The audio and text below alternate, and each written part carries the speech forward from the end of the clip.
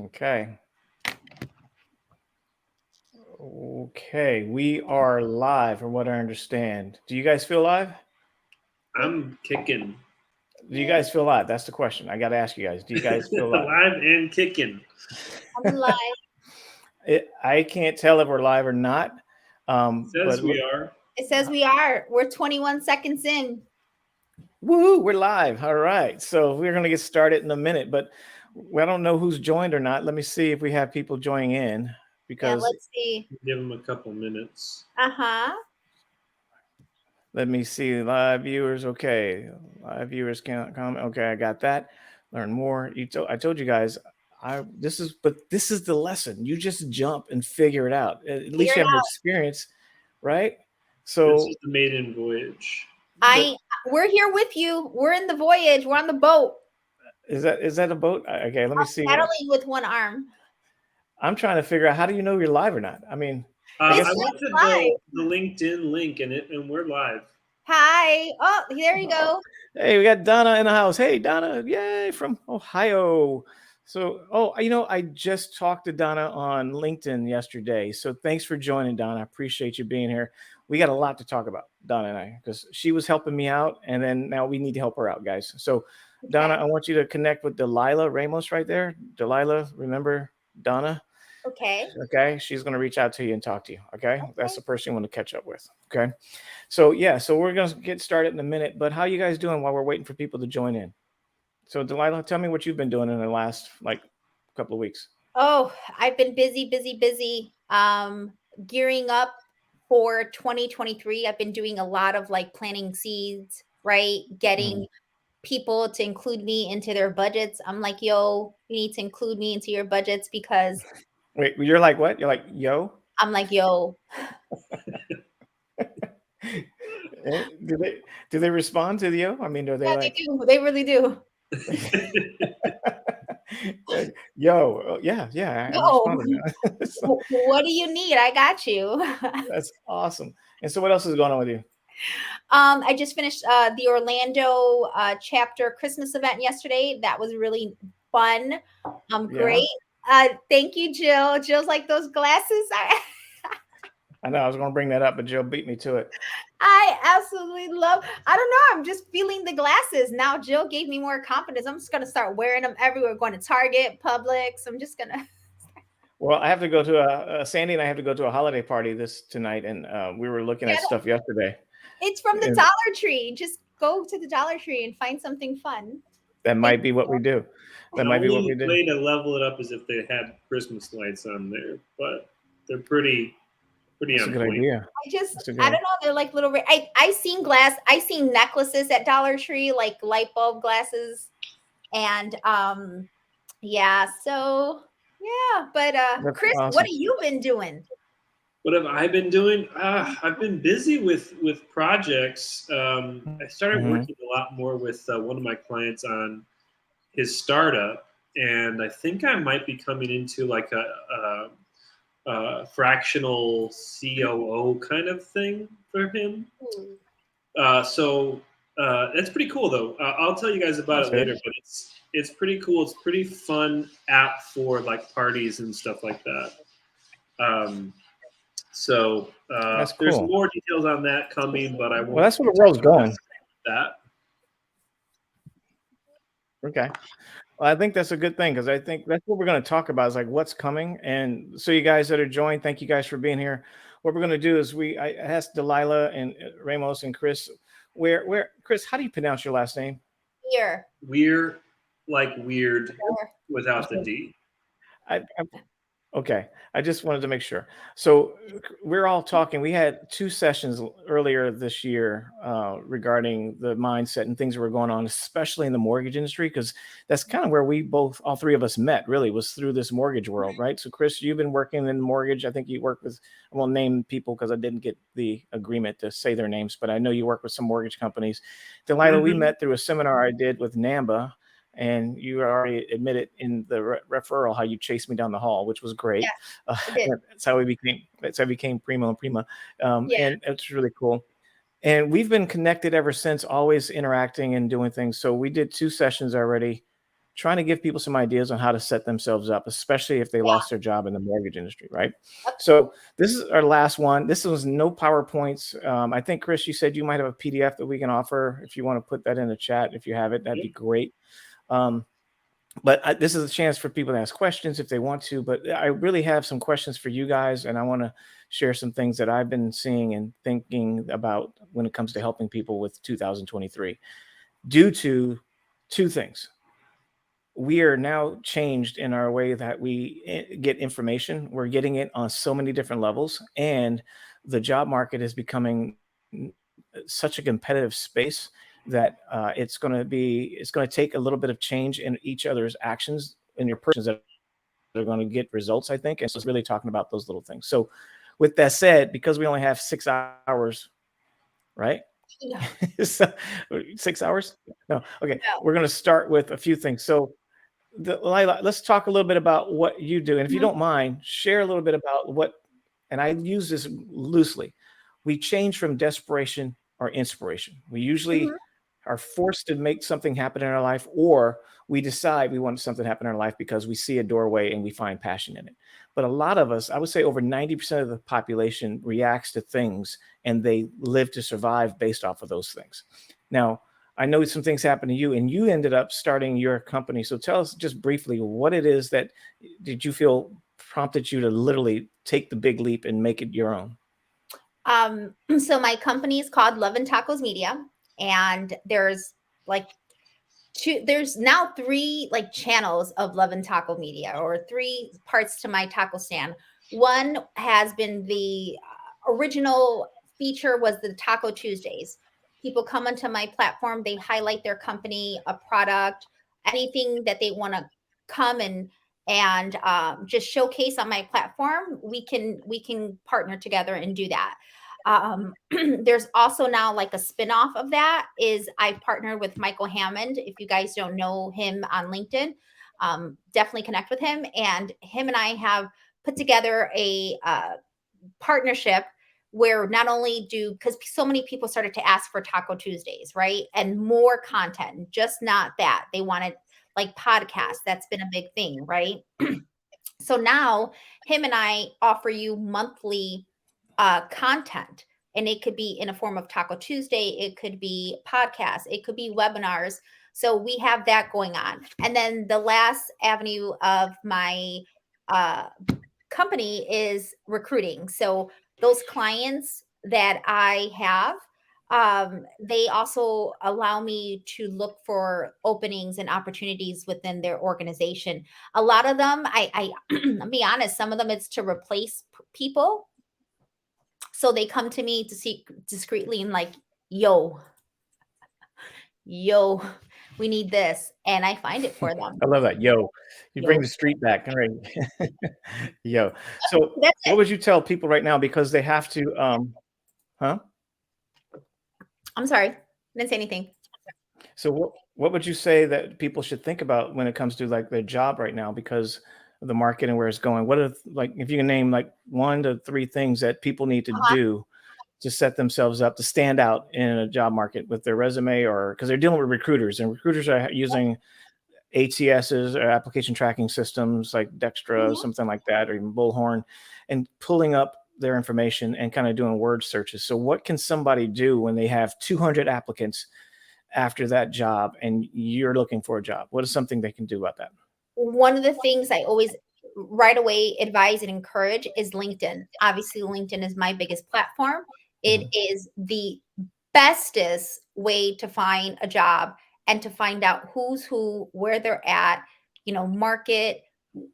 They post everything. Companies want to post everything. So they'll tell you when they're having an event, a hiring job fair. They'll post, team photos, holiday, Christmas parties. So you need to follow the companies that are in your space, in your industry, and know what's going on. You need to know the 411. And any hiring managers of a company that you're interested in, connect with them. Also, let's talk about that for a second before you go any further, because that's, again, I think it's one of the most important things out there is connect before you have a need. Yep. And this is what's interesting. One way to connect with people, and I've done this so many times, and it's actually I even met Donna through this, I think, or and even a few people. You thank people or congratulate them when they have a job change. When you see people that move to a company, go and say congratulations, but add your own words to it, and Yep. then look at that company and see what jobs they have open, because now you have somebody who you can refer you, because that's another way to stand out from everyone else, is a personal referral, because a lot of companies do offer referral programs. So you can say, hey, that's a great way. So I think what you said is use LinkedIn, but use it smart, like Yeah. really leverage it. Really like use it, like get creative. There's so many tools within, not just posting, but there's so many like groups and chats that you can join. Just explore LinkedIn and really dive into it. Yeah. Then, birds of a feather flock together. Network. Go, you have to go outside. Like the job is not going to come and knock on your door. You have to go put yourself out there. And Yeah. if you especially live in a very like bigger city, places like Dallas, LA, Chicago, you know what I'm saying? Like there's constantly networking events all the time, mixers, happy hours, lunch and learns, you name it, go. Can I say something real quick about that? But I've gotten 3 contracts from not paying to go to the conferences, but hanging out at the bar. yeah, So, I you just don't even wanted you to go know. to the dang event. Go hang out at the bar or Yeah, something. you'll meet the people. You see they have the badge, you can be hanging out at the bar, and you're like, "Hey, what do you do?" Yeah. It's a great way to connect. I didn't pay for If this there's stuff. a conference, like seriously, if there's like a conference and it's in your space, and Yeah. I know some of the tickets are expensive. So, you know what I'm Mhm. saying? Like, you don't even have to go, but go hang out where they hang out. Like, Yeah. go kick it with them. Mhm. Just go. Well, and so going back to my minds, what I focus on, when you do that, having that interaction with people creates a pheromone connection. I know that sounds weird, but from a scientific perspective, when people know you, if they shook your hand, Yep. seeing you smile, they feel more connected to you. And so when you do reach out, there is a interaction subconsciously with them and you, and they're going to be more inclined to help you. And that's one of the things to think about as well. So great feedback on that. So let me ask you another question on this, because you brought up LinkedIn. Now, what about Indeeds and Monsters and those types of places? Do you say they should go in those as well, or should they leave those alone? I I would leave them alone just because it depends. Like for instance, Indeed, I just see more entry level Hmm. jobs. Hmm. And if you want an entry job level job, go for it. Like don't I just see a lot of entry level jobs. I just have never had a lot of success on Career Builder or Monster or anything. That's me personally, just Hmm. because I'm super relationship-y. There's it Well, also those you get a lot of when you start applying for jobs, you're going to start getting weird recruiters reaching out yes. to you from all over the And place, right? spam, a lot of spam and, like, BS. So I, Mhm. like, question those platforms. I'm not saying that, like, you don't ever get a job from there. I personally I'm not a big fan of them, that's all. Now, what do you think about resumes? How do you think, because a lot of people have jobs they've been in for Yeah, years, right? And so, there's certain people you can go to Canva, and a lot of resumes have pictures on them yep, now, but a lot of the ATS systems don't see pictures, and sometimes it can hurt your ability to get your information transferred into those. yeah, When I say ATS systems, guys, I'm talking about what recruiters use to kind of find the candidate. So it'll be a word search. If you have a degree, if you have Microsoft Office, project management, those kind of words that they're looking for, it helps them narrow down the search of the people. So a lot of times those resumes could hurt you. So it really depends on what you're trying to go after. And so what do you say about resumes? You mentioned once that people should maybe hire somebody to write the resume. Give me some yeah, more like, if information. you don't feel comfortable, I'm still a fan of resumes. If you wanna get there's so many if you don't wanna know, do Canva, right? I use it. If you don't want to, don't know how to, you can hire someone to do your resume, make it nice and pretty and fancy. But what I'm also, pushing is video resume. Mm, So, like, video resume or just a 30-second video about yourself and sending it to the hiring manager. mhm, Like, "Hey, good afternoon, Jill. I see that you posted for an account analyst position over at I don't know, like Lending Tree. And I'm really interested. I went ahead and submitted my resume. Please go ahead and feel free to pull it, reach out to me, give me a call. I'm open, let them know how you like to communicate. Feel And free. should they wear those glasses when they do it? Absolutely. Yeah. Because, be creative, like Yeah. show them also you. Like, so, Chris, well, he doesn't have it anymore, but like I purposely do a lot of my calls in my room. Why? Because there's a lot of things behind me that you'll notice will get like an instant like question, whether it be the taco, whether it be my Wrigley Field thing, you're gonna know right away, okay, this chick likes tacos and the chick likes the Cubs. So you'll know in 2 seconds whether you like me or not. I can't imagine HR calling you a chick, but I get you. Okay. So that's funny. Speaking of that, now, Chris, this ties into you. So video. So Yeah.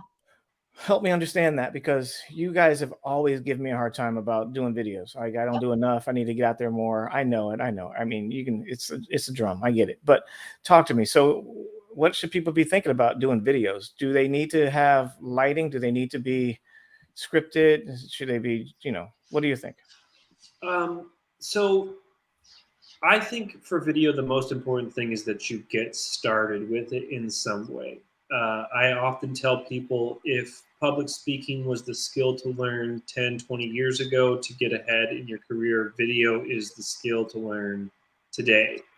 And the I mean, that's reason is, powerful. Wait a minute, back up. So you're saying, I totally appreciate what you just said. You're putting in perspective, like the way we see things now. Like, we do a lot of cut and paste of, like, I do a lot of words and a picture. You're saying that's going to be so outdated in the next 3 to 10 years. everything's always going to have a place, but it's one of those things that if you just say, "Oh, I'm never going to learn video," every millennial, right, grew up wanting to be YouTube stars. So it's second nature to them to just turn on a camera, start recording.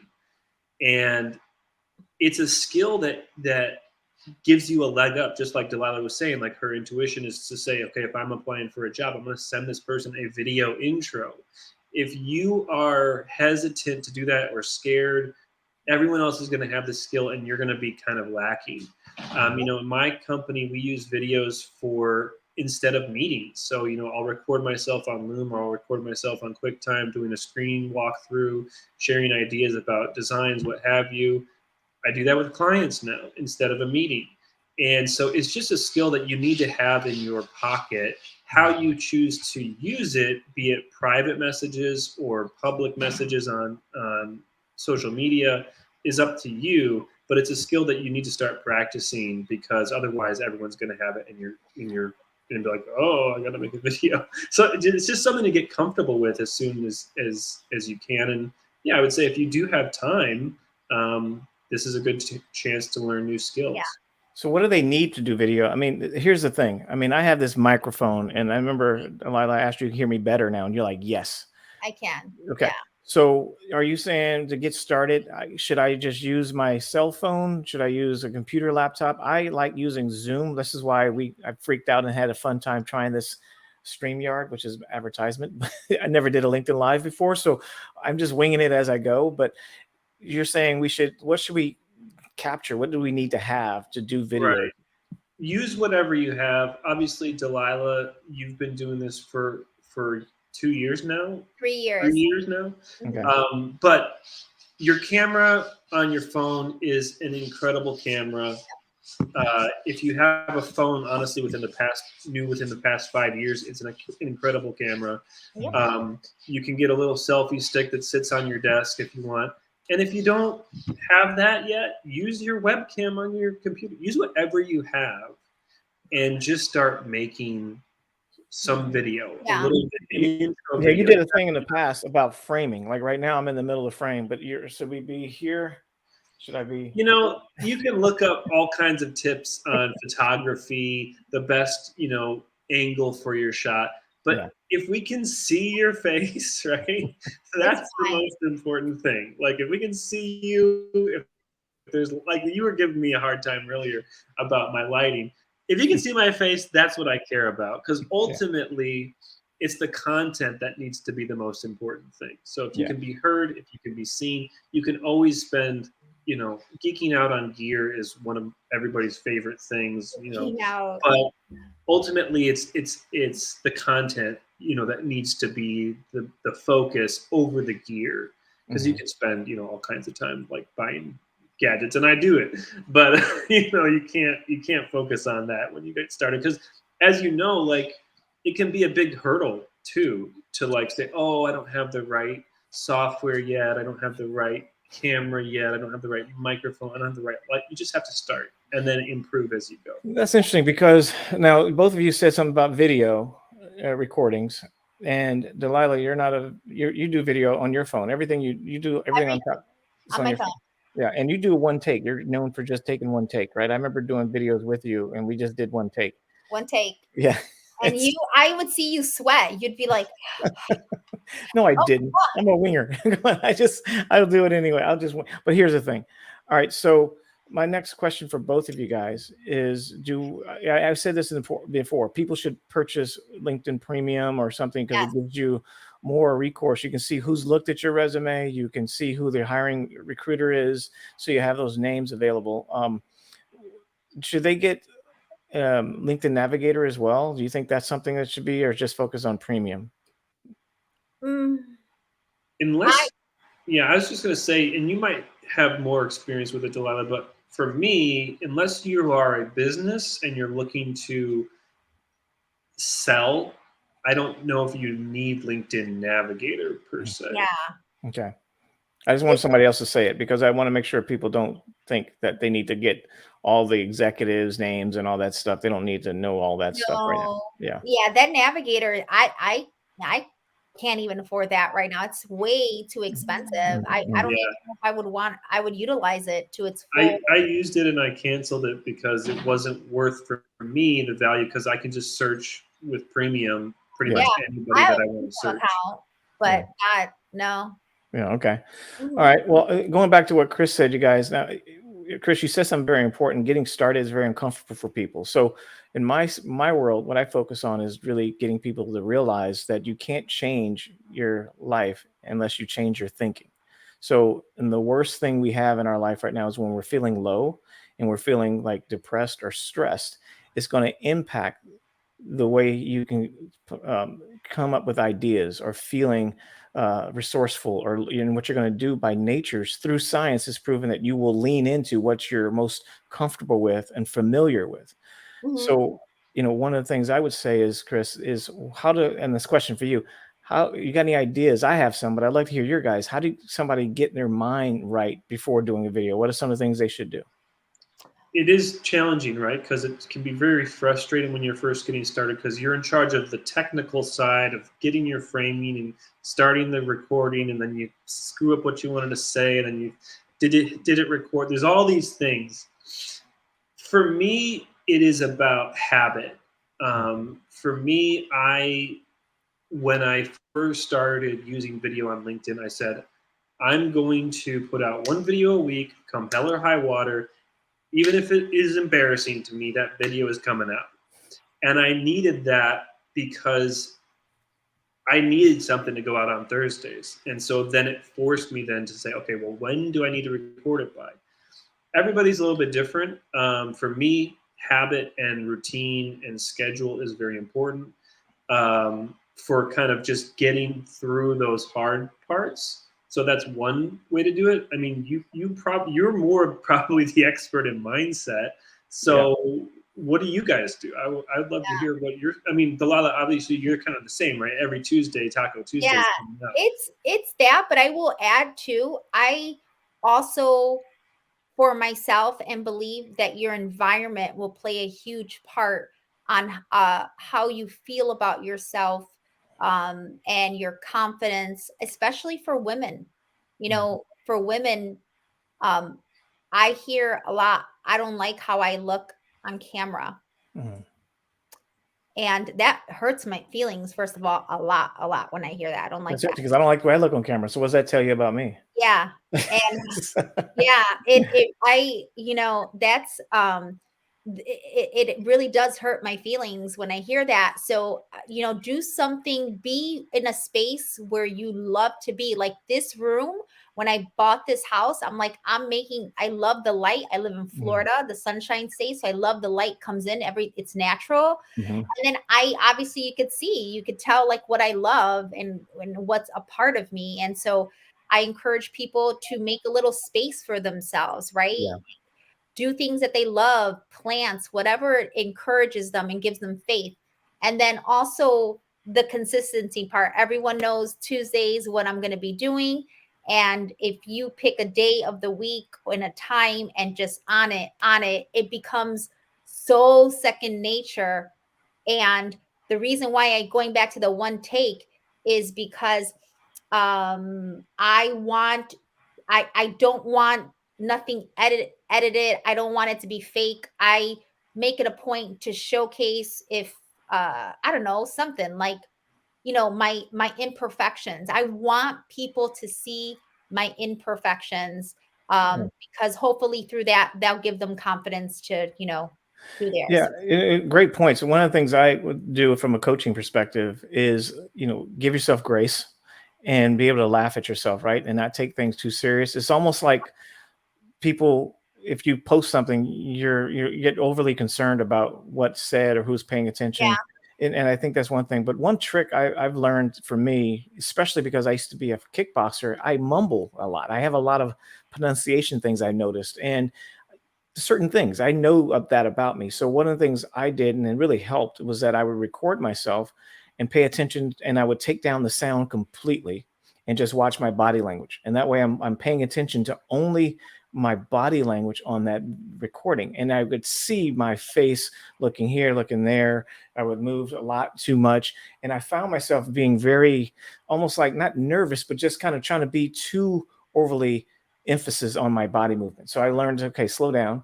And then I actually not look and just listen to this voice. And that way I can hear just my words.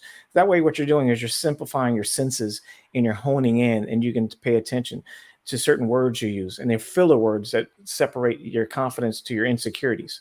Like you'll say things like, or, you know what I'm saying? Or, yeah, maybe, or I kind of feel, yeah, so those kind of things. And I say things like literally. I say literally almost all the time, too much. But one of my mentors says literally all the time, and I picked it up. So I'm working on that one. But those are things that you do that help you refine it. And when you start practicing for the purpose of getting better, that alone builds your confidence, I think. And that's something to think about as well. So good point. Mm-hmm. Yeah. The other thing that I tell folks too is that the challenge with video is that it does take a lot of time, it does take a lot of energy, it does take a lot of effort. And when you're done, and Julian, this happened, I think, with one of your videos, you get excited and you put it out, right?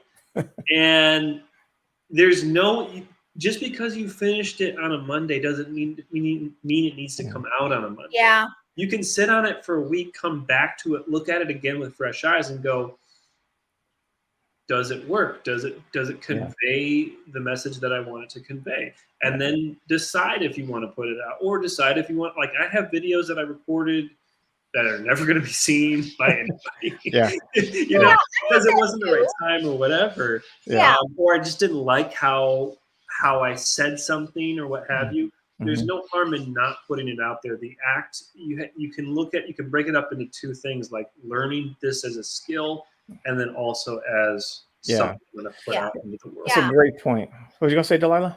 No, I think I agree. There's content that I have, not Taco Tuesday content, but there's content that I'll keep for a week or two just because I'm maybe holding it off for a specific time, month, holiday, something,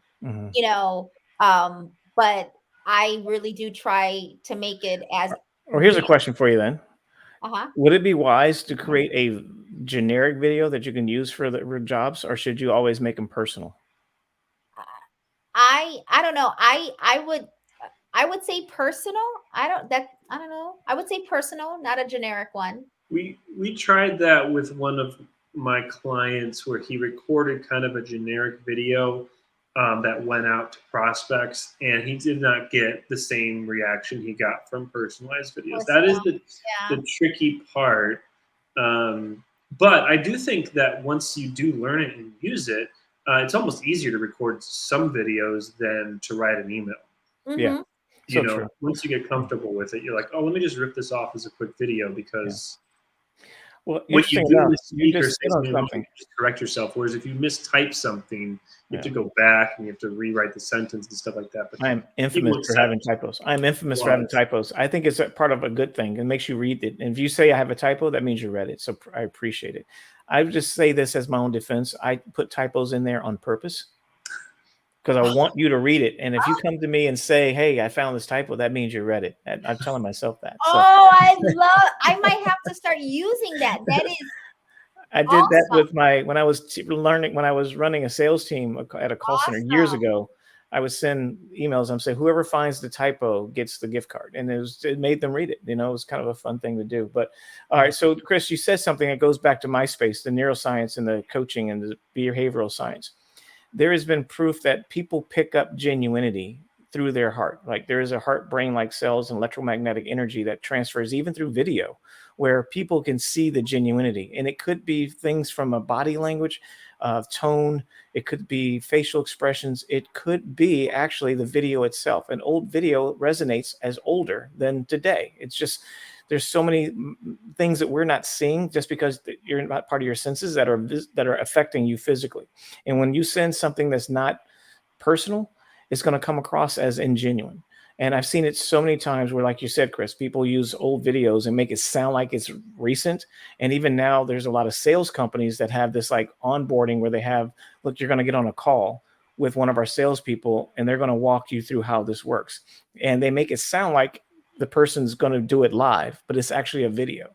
And people pick it up. To your point, people sense it because our emotions and communication is cognitive. We feel things and that becomes a reality. So you're absolutely right. I think it's important. It's better to get good at it. A short video introducing yourself and tying in something that matters to them versus just making a generic video. So absolutely.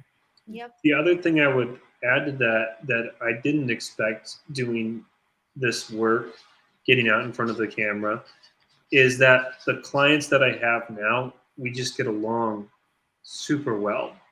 Yeah. We connect, and that's because they saw me through video first and chose me partially because just of what you're saying. Like you get a sense of somebody in a way that you don't get with a resume.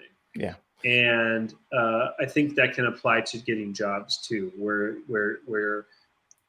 you're gonna get another job, but if you can incorporate some of this, you might get a better fit for your personality because the people see you, they see you recover from a mistake, they see you make a joke about yourself, they see your sense of humor, whatever, and they connect with you personally before they've even, had a meeting with you.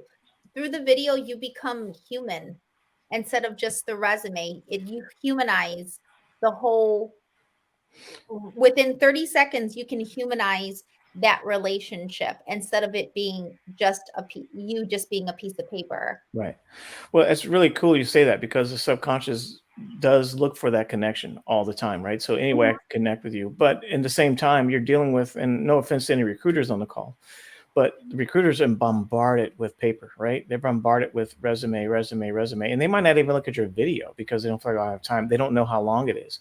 So what are your thoughts about letting people know in the message it's 30 seconds? Do you think setting a precedence of what it is versus just sending a video and then expecting it might be something that's going to be taking up too much time? You mean like I would apply for the job, for the opportunity, and then send a resume introducing yourself, letting them know, hey, I did submit, I did apply to your opportunity.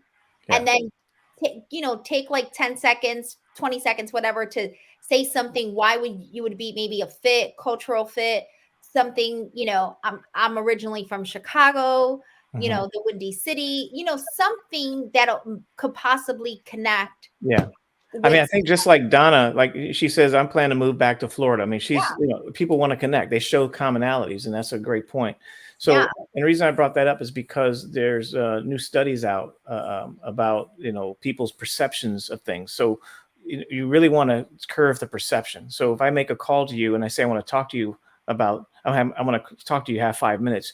Because of our relationships, you guys are okay with that. But if I'm in need of something and somebody feels like they're a person that serves needs, they might find that as a negative and not really want to deal with you. And so the goal is, how do you curve that attention span? How do you make that perception change up front so they don't have this perceived? It's like your friends who just started selling, multi-level vitamins, and they call you. You already have a perception of why they're calling you, and you don't want to talk to them, even though last week before they started selling it, you were good having a conversation with them. But you assume now that they're selling some multi-level program that they're going to try to sell you on it, and then your body wants to avoid them. So it's really trying to figure out a way to make sure you curve that perception up front. So that's why I was bringing that up. So, I mean, we've had some great conversations. Some people, I see some people like it, which is great. All right, what else? What other questions do we have? Anybody wants to ask questions too, you guys on the live, if you have a question, feel free to throw it out there for Chris, myself, or Delilah. So any other questions? Donna says she thinks we're amazing. Thank you. We're the three amigos, right? Yes. You need the hats. Yeah. And the tacos. Yeah. Hey, I have a question for you, Delilah. Yes. All right. So would you ever cheat on the tacos and have a burrito? No, I'm not a fan of the burrito. I'm a fan of the enchilada though. Okay. But I'm not a fan of the burrito. It's like, it could get messy. The chimichanga, that's where you have to go. The deep fried burrito. Oh, I think you should do a contest. Like, should I have a relationship with the chimichanga, or should I stick with the taco? What do you think? We should do a vote. I just think that, the taco covers all basic, just like LOL at cheat. The taco covers like all the basic food groups, right? You got your protein, you got, you got your dairy, right? Like you got your fiber, your veggies, Okay. It's healthy. And it's healthy. And then it's like, it's like a hug. Like a taco's like a hug for your soul. Like, okay, you've been working on this, obviously. All right. Okay. All right. So, okay. All right. So let's talk about like what. Julian, should we ask you some questions? Yeah, Sure. Chimichanga Tuesdays. Hey, Roy. Oh, Roy, awesome. Yeah, you can ask me some questions, Chris. Only you can ask. No, I'm kidding. Of course. All right. So, well, actually, this is something I'm curious to hear from both of you guys, because I actually was working with a loan officer yesterday who, people in real estate are struggling right now. Yeah. He was in it. He just started a year and a half ago, so he got in a really good year, and then it switched to a pretty hard year. He's doing really good stuff with his content, but what do you guys see for mortgage industry, next year, employment opportunities? How does that play into your, because you guys all have real estate mortgage background. Yeah. How do you see things going for people? Yeah. I can tell you right now, and I'm going to step in front of Delilah on this, if you don't mind, Delilah. Go for it. Two things I'm going to say real quick. I would ask people to stop asking about it. No offense, Chris. But here's the thing. By nature, we're trying to find some comfort in asking a negative question. That's what news is, right? We're looking for somebody to help us feel better by trying to prepare. Well, I got these from your question. I know, but I'm saying, but this is what happens. And I think not you, I'm saying, but as a culture, we tend to go to, think about all the conferences we go to hear experts talk about the market and talk about where it's at. And what happens is we're looking for some feeling, but we don't feel any better. We just hear it, but we don't trust it because we got another consultant or another expert telling us something else. And we all have opinions, but opinions don't move the needle. And I would say no matter what happens in the mortgage industry, no matter what happens, there is going to be business out there for somebody. Yeah, absolutely. The focus is, are you that somebody? How do you be that somebody? That's the question. How do I make sure that when the opportunity is there, I shine? That's the question that people should be asking, not you, Chris, but that's what every person who's questioning where the market is going should be thinking about. Because when you're thinking about where is it going, you're not thinking about how you can be. You're just trying to think about how to prepare, and that creates stress. And whenever you work in stress, you lose the creative abilities and you look for survival. And when you're looking for survival, you're the lowest common denominator of the sales group. That is living just at the line. It's like trying to take a breath in the water. You're going to put your lips just out of the water to breathe. And that's what that is. And so the goal is to say, look, I know how to swim. What I'm going to do is I'm going to learn how to backstroke. I'm going to learn how to do whatever it takes to get in that water and be more than just a swimmer. And that's that's what people should think about in the market. And that goes for also people that choose to stay in the industry that's all they know. I think it's an interesting thing. A lot of people have lost their jobs and they've been processors and mortgage professionals for 5-10 years, and they feel like that's all they know. Well, if that's all you know, then you better know more about it than anybody else. So you become the one that's saying I can do it.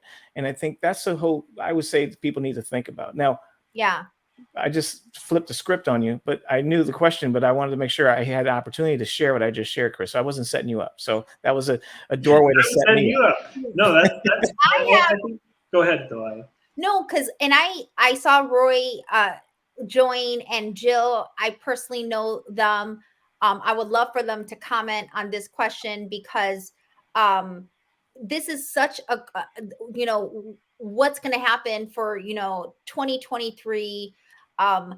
For someone like myself that's been in it for 21 years, Roy's been in it. He's another mortgage G. The G stands for gangster, just make sure. And this isn't anything new. Like, I thought it was guacamole. I thought it was guacamole. I don't know. Okay. This doesn't surprise. Like, this isn't surprising to me. This isn't anything new. Like, for people that have been it for 20 plus years, mortgage, home ownership, real estate is such an up and down. It's so, up and down. And we're just right now going through a down season. Now, if you just entered our space in the last 5 years, it's been really, really nice. And it's rainbows and Skittles. And right. But the truth is, that's not how it is all the time. So here we are currently in Q4 of 2022, and we're kind of going back to how it really is supposed to be. This is normal. Like, when I got into, I think my first mortgage was like almost 7-8% back in 2000 and I don't know, 3. I think mine was like 11. I mean, that's what I'm saying. Like, yeah. Well, again, to your point though, Delilah, it makes a good point that it goes back to my whole mindset. It goes back to the mindset. If you feel this is bad, then you're going to look at everything as bad, and that's going to change how you see things and how you respond to things. And so I would tell anybody to literally stop thinking about what's going to happen, because what that does is puts you in a preparedness state, which is a stress state. Focus on who you want to be, how you're going to get there, and what tools you need. And just realize that the majority of people are hungry for connection. Your focus is learn how to connect with people without thinking about you and what's happening to you. And you're going to be the person that stands out from everybody else. And that's, I'm going to say something, and it might hurt some feelings, but it has to. I have to say something. One of the things that, because I have so many conversations with people from all segments of our industry, one of the things I'm noticing is that people really within the last 20 years have become so comfortable and complacent in where they're at. They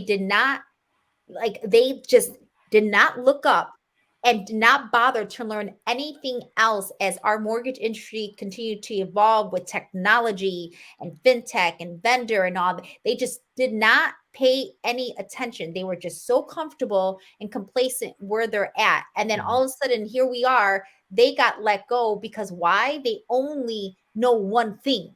That's it. They only know one avenue and space of it. They did not bother to go out and learn wholesale, to learn retail, to learn correspondent, to marketing, nothing. But here's the thing that you forgot that people don't realize is that there's still a skill set.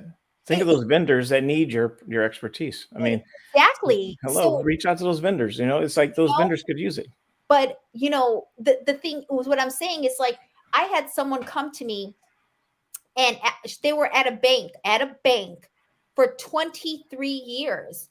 And of course, in that time, because there were so many raises and everything, they had a 6-figure salary. When I had to tell this processor that she's not getting a 6-figure salary, that she was completely just like so taken back. And I'm like, where have you been? Yeah.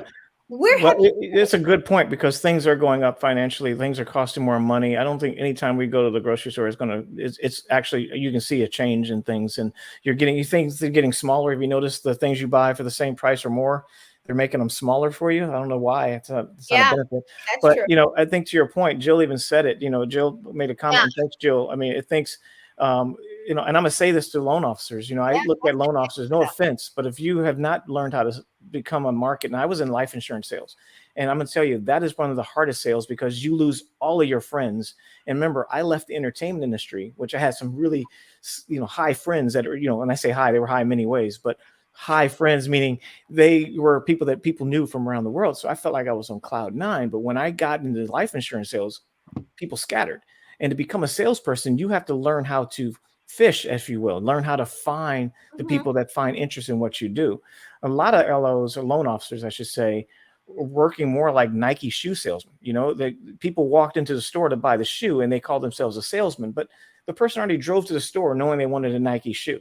So you didn't really sell them. You just gave them an experience, and you might have consulted them on which is the best shoe for them, but they didn't sell them. So now you have to think about sales. Sales is when you get people to realize they need you, not anybody else. And that is a skill set that a lot of people have lost because we've relied on just what you said, like what Jill said, just people just coming in. just yeah. So that's where consulting, coaching comes in. People need to learn how to be strategic. And I think one of the best things I ever heard from somebody, I won't say the name because I didn't get their permission, but they're very successful in their business. And he's all over LinkedIn and he's extremely successful. And when I met with him, he says, I didn't focus on my business. I focused on how I market it. I learned marketing 100%. I didn't Yeah, have to know my business. I just learned how to market myself. that is And I would say there's not enough loan officers out there marketing themselves properly. They put out, I got a 5-star survey with a picture and they think that's marketing. That's not marketing. It was 25 years It ago. was 25 years ago. Yeah. So I had a client of mine who was a producer, a loan officer. This was before the market crashed, but shifted, I should say, had no business, but he was a loan officer. And he just got things coming in, but he wanted to be a top producer. Also found out he was a guitar player, an acoustic guitar player. Guess what I had him do? Walk into the $1 million home open houses and just start playing acoustic guitar. You get to know that agent. You get to know those people are coming in. You're playing acoustic guitar. You got your card out. They're not going to turn you away. What did they do to that environment at that home? Now he's the number one go-to guy for those realtors in Chicago. It's just understanding you have to learn how to market you personally, who you are as a person, not your business, and that changes the narrative completely. And that's Which what people should sounds start thinking of. scary, right? But like the truth is that nothing's really easier because literally you just have to be you. Yeah. Like you don't have to put on some kind of a front. You don't have to like speak perfectly. You don't have to. You just have to be you, and people will choose if they want to work with you. Yeah, and That's it. that's it. It's that simple. It. A session ended, Chris. Click, drop the mic. Like drop it. Yeah, that's exactly what it is. So, just be you. Don't be anybody else. Just be you. There's only one of you, and just talk about what you know, right? What you're a subject matter expert. What's your space, and that's it. And just be you. You don't have to create this image. Interesting enough, I worked with a company just recently, and a company, and they work in the metaverse and work with like gaming and all that kind of stuff, right? And like graphic design, and they need new people. And I went on to Clubhouse and saw a metaverse room with over 3,000 people in there. It's like, is anybody from that company in there? No. Like, there's a market right there. I saw a loan officer in there talking about what banks don't tell you about getting a loan. You know how many market people were on that call? It's like over 300 people were in that call listening to her about what to think about when you're trying to buy a house. I just went to an open house a few weeks ago. It was packed. So yes, the market's different. but there is business. And the goal, instead of sitting there going, I don't know what to do, you have to get busy. To all your points, just do it. Like we did with this StreamYard. I don't even know the name. I almost called it Barnyard, but StreamYard. It's like, I didn't know StreamYard.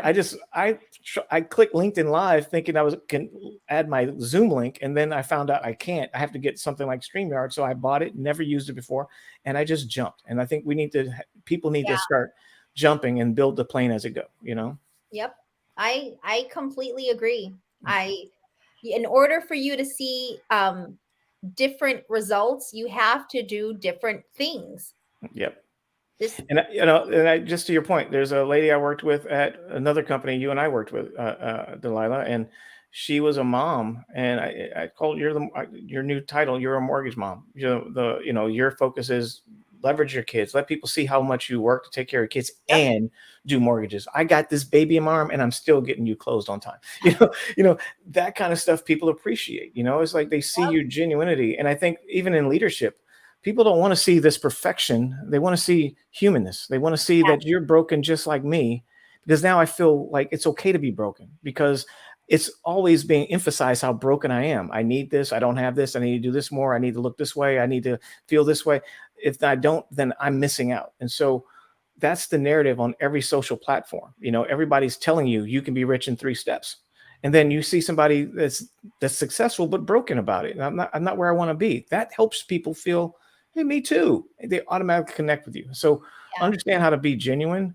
And not having to be an expert, and get third-party validation around yourself. And that would be key. Also, for those who've lost jobs, reach out to people and get referrals on LinkedIn. Get your friends or people that you've worked with to put references on LinkedIn, because you can always attach that to who you are, and people get a sense from somebody else about you. That's a great. So we have 10 minutes left in this? Yeah, less than 10. Okay. Wow, you got to go? No, I'm just curious. I just want to make sure we get all the content in that we wanted to get. Yeah, what else are we missing? I was going to ask you, Julian, so, all right, so your take on the mortgage industry is don't pay attention to the news. Don't focus on other people, focus on yourself. But that comes to mindset. And I know when I got laid off in 2009, I was excited. Because I was like, I am never going to work for another company. I'm starting my own company. I'm going to do my own thing. But I think I was lucky, right? Because I didn't have kids. I was just married, but I didn't have a ton of, I didn't have a big mortgage over my head. I was paying rent. So it was a little bit easier for me to be excited about that. How do people change mindset when they do have a mortgage, they do have kids, they have all these responsibilities, they're freaked out, they're freaked out about where things are going? Yeah, that's a great point. I use this boxing terminology, take a 9 count, meaning if you get hit hard and you get knocked down, you don't have to jump right back up. You can wait until the referee counts to 9, collect yourself, and give yourself grace to know that you're going to freak out a little bit. It's okay to feel like you're going to know what to do, but also know that you're a survivor and you've gotten through so many things in your life, and you have to sometimes remind yourself of that, and it will survive. Now, 2 things you need to do: give yourself a timeline of how long you're going to feel bad. And that's a really interesting thing to do. But I remember things happened to me. I would say, okay. And I would tell Sandy, it's like, look, I'm going to be in a bad space for about today. And then Sunday around 3, let's talk, you'll be back. Yeah. And so that way you can, because what happens is if you don't say anything like that, people start taking your feelings or your body language personally. And then you got new layers of problems, because now you've offended the people around you. So help them understand what you're going through, and give yourself grace to say, give me some time to kind of walk around like a zombie for a minute, because I know that it's there. And that allows you to have that cortisol and then let it calm down, right? It's going to take maybe 24 to 48 hours for cortisol to subside from stress. Secondly, I would say then you need to start planning about things that you need to cut out of your life. And I say that's really important, because instead of trying to plan, figure out what you do to avoid, because most of us put things in our life to avoid the things that are uncomfortable. So if you watch a lot of TV, say, you know what, now I'm not going to watch any TV until I get a solidified job. Now, what that does is it forces you to change your brain, because when we're stressed, we look for things that we're comfortable doing, and that will distract us from doing things that are uncomfortable. That has been proven by science that we do that as in nature. Our telomeres die down, and the chemical that produces the ability to feel good and go after things and feel confident subsides altogether. Yeah. Give you a bunch of studies on that. So I would say those are two things. So start cutting out things that you do. And then what you want to do is start adding experiences that you want to experience, not the job, but what do I want to experience? Because your body responds to the thought of experience. All of us have those memories and we think back and we go, oh, I remember this felt so good. Or you can dream of somebody you want to hang out with, and all those things create chemicals. And so what experiences you want, and put those on paper and kind of revisit those. That's going to help you get your mind right for what's going, but you will survive it. And again, don't be afraid. And this is the last thing, don't be afraid to ask people for help. A lot of us are too prideful to ask people for help. There's somebody on this LinkedIn I barely know, I used to manage, asked me for help. There's certain levels you don't want to get to, right? But applaud, hey, this person went right at it, and I think there's something that people need to think about is like, instead of being recluse about your struggle, hey, here's what's going on. Here's what I want to experience. Can you put me in the right direction? Not can you give me, but can you point me in the right direction? And usually get more from people when you say it that way versus can you give me? And that will be the thing I would say to people. Yeah. That is very cool. The only thing I thought of too when you were talking about that is, I think being in business for ourselves, having ups and downs, especially you guys being in the mortgage industry for years, like you were saying, having big ups and big downs, getting used to that. You get used to that, and you know what's coming, you know what to expect. I think that there's no harm in, or there's no shame in taking a step back. Like if you get knocked out of your job and you're not able to get a job that is paying the same amount, during the pandemic, people lost their jobs, they lost their companies, they had to sell your house, downgrade to a smaller house. Like, it feels bad, right? But like, you're still there, you're still strong. You can take a step back to move forward. You actually grow from it. I think people realize that a lot of their feelings are egocentric. It's like they feel like they've lost a piece of themselves, but in all reality, you're actually learning more about yourself because we downsized. We went from a very large house to a very small place because we want to travel and live anywhere we want. That's a choice. But if it was forced on us, we would say, hey, that sucks. But because we chose, it's not a big deal. So you're right, Chris. It's like, but you have to see it for what it is. It doesn't define who you are. It gives you an opportunity to be more defined. And that's the difference. And so take advantage of the excitement of this journey. You have no idea who you're going to impact, what you're going to experience, what persons you're going to meet, what new career you might have. But there's so many out there. I can give you a list of billion companies out there that will hire you to do strange things, right? Do surveys. You don't make this much money, but you can go to, I think it's sidehustle.com, and it's called side, HUSTL.com. And it gives you a whole list of different things you can do to make $3,000 to $5,000 a month, and they're not even like 9 to 5 W-2 jobs. Maybe you do that. But again, if you take a job at Home Depot, I have a friend who is an investor who is very successful. But when he started, he was an executive and he wanted to get multi-level family with us and stuff. He literally had to work at, and I said literally again, he had to work at Home Depot. He humbled himself. But look where he's at now, and he has everything he wants, right? So the goal is understanding that you might take a step back so you can leap forward. But a lot of times people are afraid to do that out of ego. And I say that with all love. Yeah. It doesn't feel good. I mean, it doesn't feel good for anybody. It doesn't. But in some ways, just like, the recessions we've been through, it's like this housing market is affecting the whole economy. Yeah. We're in a recession. Everyone's kind of in the same boat. It just is hitting the mortgage industry first, which is. Yeah. And in that time when it doesn't feel good, when you're uncomfortable, is when you grow the most. When you're uncomfortable, like nothing great happens in your comfort zone. Do you guys, like, does people know that? Like, people don't know 100%. that, or nothing great happens when everything's like comfortable and you're, all good. The great things happen when it's out of your comfort zone. 100%. So I hope we gave people something to think about. Mic drop.